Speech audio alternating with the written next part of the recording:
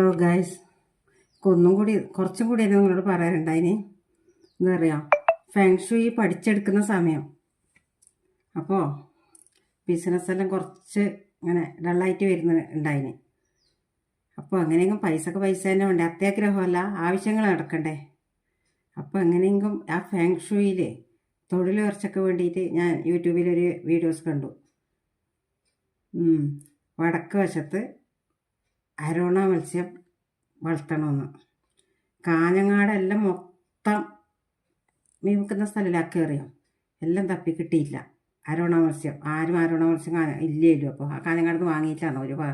കുറേ വർഷങ്ങളായി, 8-9 വർഷമായിട്ടുണ്ടാവും. ഞാനൊരു ഷോപ്പിൽ പോയിട്ട്, ആ കരുത്തിന് ഷോപ്പിൽ പോയിട്ട് പറഞ്ഞു, എനിക്ക് എന്തായാലും ഒന്ന് വേണം തൊഴിലഭിവൃദ്ധിപ്പെടുത്താൻ വേണ്ടിയിട്ട് എൻ്റെ ശ്രമം. അങ്ങനെ എനിക്ക് അപ്പോൾ തന്നെ 2000 ഉറുപ്പ്യ കൊടുത്തിന്. എങ്ങനെയല്ലോ ആക്കിയിട്ട് 2000 കൊടുത്തിട്ട് ഒരു അരോണ മത്സ്യം വാങ്ങിച്ചു. വലിയ ബോക്സ്. അതിനെ വൃത്തിയാക്കണം. അതിന് ഭക്ഷണം എന്താ അറിയോ, ചെറിയ മീൻ അല്ലെങ്കിൽ ലിവർ, കോഴിയുടെ ലിവർ.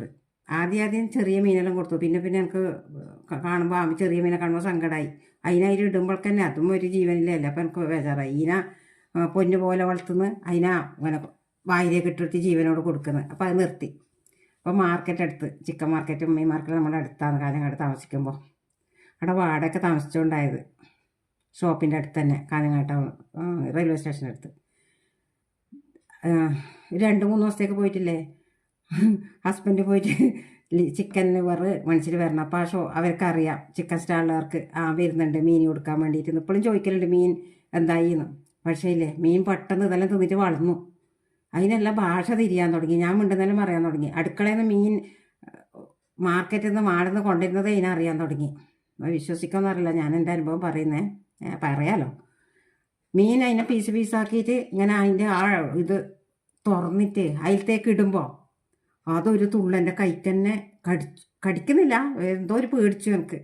പിന്നെ അതിൻ്റെ എല്ലാം വൃത്തിയാക്കണം, വെള്ളമെല്ലാം. ഞാൻ ഒറ്റക്കയിലില്ലോ.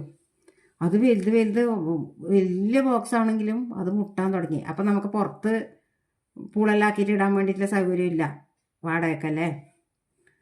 അപ്പോൾ അത് അത്ര വലുതായതുകൊണ്ട് അത് ഈ മൊബൈലിലാണ് അത് ഉണ്ടായിന്. പക്ഷേ ഇത് കംപ്ലൈൻ്റ് ആയിട്ട് ഇപ്പം എനിക്ക് ആ വീഡിയോ എടുക്കാൻ പറ്റുന്നില്ല. രാവിലെ മുതൽ നോക്കുന്നുണ്ട്, ശരിയാകുന്നില്ല, കിട്ടുന്നില്ല. അത് അങ്ങനെ നോക്കിയിട്ട് നോക്കട്ടെ. ആ മീന് ഞാനും കൊടുക്ക അക്യൂറക്കാരനോട് തന്നെ വിളിച്ചിട്ട് പറഞ്ഞു. അപ്പോൾ എന്നോട് ഹസ്ബൻഡ് പറഞ്ഞു, എന്നെ നീ ഇത് വെച്ചാൽ ഞാൻ വരുമ്പോഴേക്ക് നിന്നെ ഇത് വിഴുങ്ങുന്നു മനസ്സിലായി. ഇങ്ങനെ പറഞ്ഞു, കാസർഗോഡ് ഭാഷയല്ലേ വിതുങ്ങുന്നു. അപ്പോൾ എനക്കും പേടിച്ചു, അത് പുറത്തേക്ക് തുള്ളിയാൽ എല്ലാം